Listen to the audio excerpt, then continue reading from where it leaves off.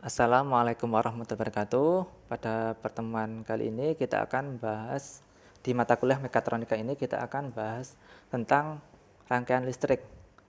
Sebabnya tentang mengenal komponen ya. Jadi dalam rangkaian listrik itu kan banyak komponen-komponen. Kita harus mengenal terlebih dahulu sebelum kita menggunakannya dan menghitungnya dan menggunakannya. Ya, jadi komponen utama dalam kelistrikan itu adalah tegangan, arus, dan resistansi. Tegangan itu apa? Tegangan adalah perbedaan potensial listrik antara dua titik dalam suatu rangkaian. Nah, lambangnya adalah V besar atau dalam suatu rangkaian bisa digambar seperti ini. Ada plus dan minusnya ya. Ini untuk DC dan untuk AC gambarnya berupa sinus ya. Terdapat dua jenis tegangan yaitu AC dan DC. Satuan tegangan adalah volt. Nah, aliran arus listrik konvensional adalah dari positif ke negatif. Ya.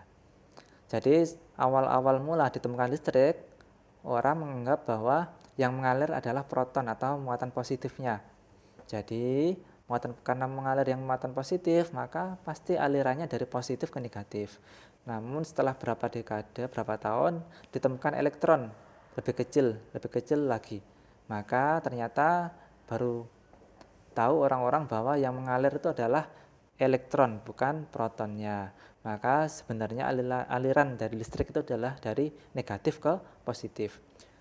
Namun karena memang sudah berlangsung lama, maka ditetapkan bahwa aliran arus itu dari positif ke negatif, tapi aliran elektron itu dari negatif ke positif. Kenapa kok membingungkan? Sebenarnya tidak bingung juga. Seperti halnya suatu mobil, roda mobil berputar sangat cepat ke depan, tapi kita akan melihatnya ke belakang. Ya, jadi elektron itu mengalir dari negatif ke positif dengan sangat cepat. Maka saking cepatnya akan terlihat alirannya dari positif ke negatif. Ya, gitu ya. Itu untuk aliran DC. Kalau AC atau bolak-balik, maka tidak ada positif negatifnya. Karena memang komponennya atau alatnya itu tidak mempunyai positif dan negatif, jadi bisa ke kiri bisa ke kanan, bolak-balik seperti itu ya. Nah, ini adalah suatu voltmeter, yaitu alat untuk mengukur volt ya.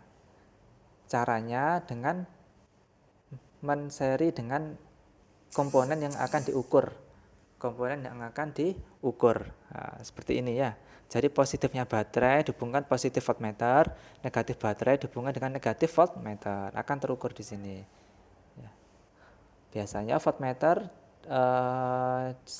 di masa-masa sekarang ini lebih banyak dijadikan satu dengan alat yang namanya multimeter. Karena multi maka banyak yang diukur. Ada voltmeter, ada ohmmeter, ada ampermeter, dan wattmeter, dan lain sebagainya. Ini adalah contoh dari sumber tegangan. Nah, sumber tegangan DC. Ini adalah sumber tegangan kering dan sumber tegangan basah. Sumber tegangan kering yang biasa kita jumpai adalah baterai silinder ya. Tegangannya 1,5 volt ya. Biasanya kita temukan di jam dinding, remote, TV, terus di mana lagi? Ya, banyak ya. Terus baterai cincin biasanya kita temukan di jam tangan. Tegangannya 3 volt. Dan ini adalah baterai kotak 9 volt. Ya, baterai kotak 9 volt. Dan ini adalah baterai kering. Biasa kita temukan di berupa aki. Biasanya kita temukan di sepeda motor ataupun mobil. Nah, untuk sumber tegangan basah, salah satu contohnya adalah aki isi ulang ya, aki isi ulang ya. Apa bedanya? Kalau tegangan basah bisa diisi ulang, ketika habis bisa diisi ulang. Tapi kita harus intent dalam merawatnya, karena bila airnya habis sampai batas bawah, ini ada batas bawahnya ya, batas bawahnya, maka akinya akan rusak. Kalau rusak tidak bisa diisi ulang. Beda dengan tegangan kering. Kalau tidak perlu perawatan, karena kalau sudah habis ya sudah kita buang, dan jangka waktunya lebih lama, bisa setahun, bisa 2 tahun ya, tergantung pemakaian. Tapi kalau sumber tegangan basah, berapa bulan harus sering dicek untuk diisi ulang air akinya. Untuk sumber tegangan AC, salah satu peralatannya adalah generator. Nah, generator kan alat berputar. Maka karena berputar, tidak ada positif dan negatifnya. Positif dan negatifnya juga ikut berputar, nah, gitu ya, berputar.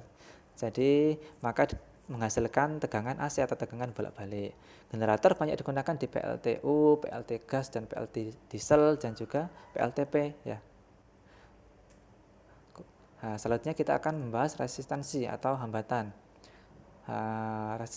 Hambatan atau resistansi atau resistor lambangnya adalah seperti ini Yunaninya, atau kalau ditulis Latin disebut ohm ya. Lambang dari rangkaian seperti rumput atau gergaji ya, atau kotak juga bisa, lalu ditulis hambatannya berapa. Resistor ini berfungsi untuk membatasi arus listrik yang lewat. Ini adalah tabel resistor. Jadi resistor tidak ada tertulis nilainya atau angkanya, tapi dihitung berdasarkan warna yang melekat di resistor itu. Contohnya adalah seperti ini. Jadi cara menghafalkannya adalah hitam, coklat, mejiku, hibiu, abu-abu, putih. Hitam 0, coklat 1, mejiku, hibiu sampai 7, abu-abu 8, putih 9 ya. Gelang 1, gelang 2, gelang 3 dan gelang 4. Cara penghitungnya seperti ini. Misalkan gelang 1 coklat, gelang 2 coklat, gelang ketiga oranye atau jingga, gelang 4 emas 5% ya gitu. Jadi 1 oranye jingga 3 itu berarti 10 pangkat 3. Kalau gelang ketiga 10 pangkat 3. Dan emas itu toleransinya 5%. Jadi 1 kali 10 pangkat 3 plus minus 5%.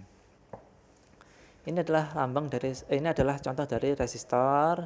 Resistor tetap banyak kita gunakan dan sering kita gunakan. Nah, ini adalah variabel resistor. Yang ini disebut potensiometer, bisa diubah-ubah dengan memutar potensionya dengan menggunakan tangan ya. Ini disebut trim pot. Nah, memutarnya bagaimana? Karena pakai tangan tidak bisa, kita pakai obeng minus ya untuk memutarnya.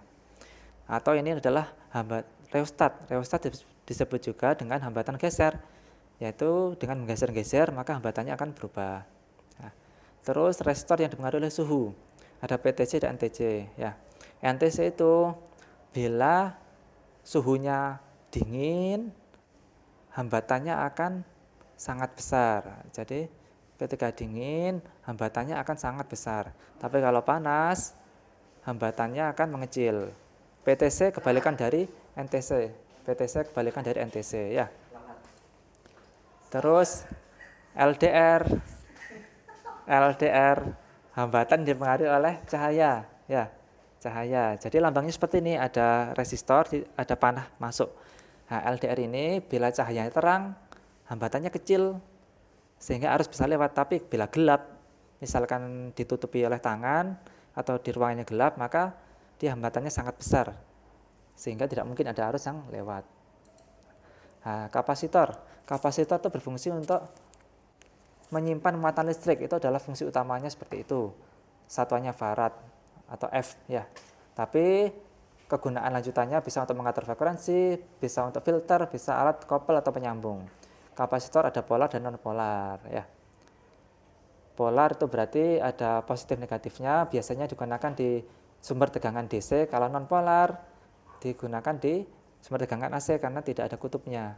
Nah, ini adalah salah satu jenis kapasitor atau elko, ada positif negatifnya. Kalau non polar, maka tidak perlu ditulis positif dan negatifnya. Nilai dari suatu kapasitor biasanya tertulis di bodinya. Jadi berapa mikrofarad dan tegangan kerjanya berapa. Kalau tidak ada tertulis seperti ini, berupa angka seperti ini, ya berarti harus kita hitung. 10 itu berarti 10 pikofarad, dan 3 itu adalah 10 pangkat 3. 25 adalah tegangan kerjanya maksimal ya. Ini adalah tabel warna kapasitor. Zaman dulu ada, tapi sekarang kayaknya sudah tidak ada lagi ya. Kapasitor variabel Farco ya, kapasitor variabel atau Farco. Nah, jadi ini adalah Farco, bisa diputar-putar, nilainya berubah-ubah. Karena nilainya berubah-ubah, maka bisa digunakan untuk frekuensi misalkan di radio ya. Oke, itu Farco. Induktor intinya adalah suatu gulungan, suatu kawat yang dibelit digulung, itu namanya induktor ya. Induktor Di mana aplikasi induktor? Di rangkaian listrik AC, seringnya seperti itu. Contoh dari rangkaian itu adalah trafo. Trafo itu adalah suatu gulungan, dua gulungan yang dikopel. Jadi namanya bukan induktor lagi, tapi trafo atau transformator.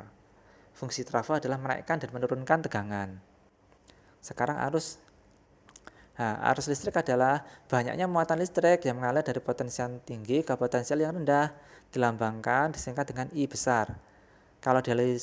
Kalau kita menuliskan dalam suatu rangkaian, maka ditulis I kecil dan dikasih panah. Satuan dari arus listrik adalah ampere. Maka alatnya disebut ampere meter untuk mengukur arus listrik.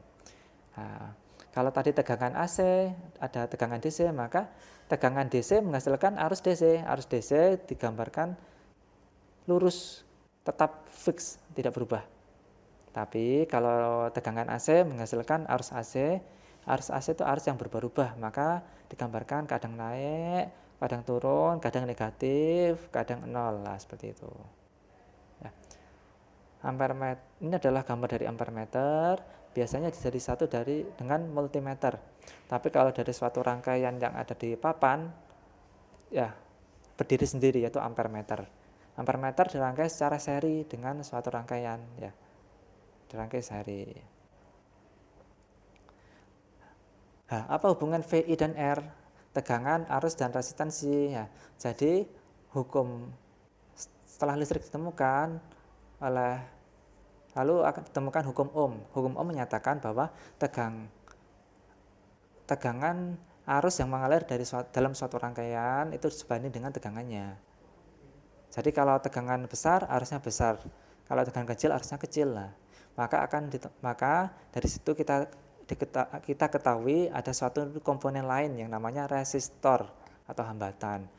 Nah, dari hukum itu akhirnya dituliskan menjadi suatu rumus, yaitu V bagi I adalah konstan, atau V bagi I konstanta ini kita sebut sebagai R atau resistor, dan sebagai tanda jasa bagi penemunya lambangnya adalah ohm, ya satuannya adalah ohm. Maka V sama dengan I kali R, ya seperti ini.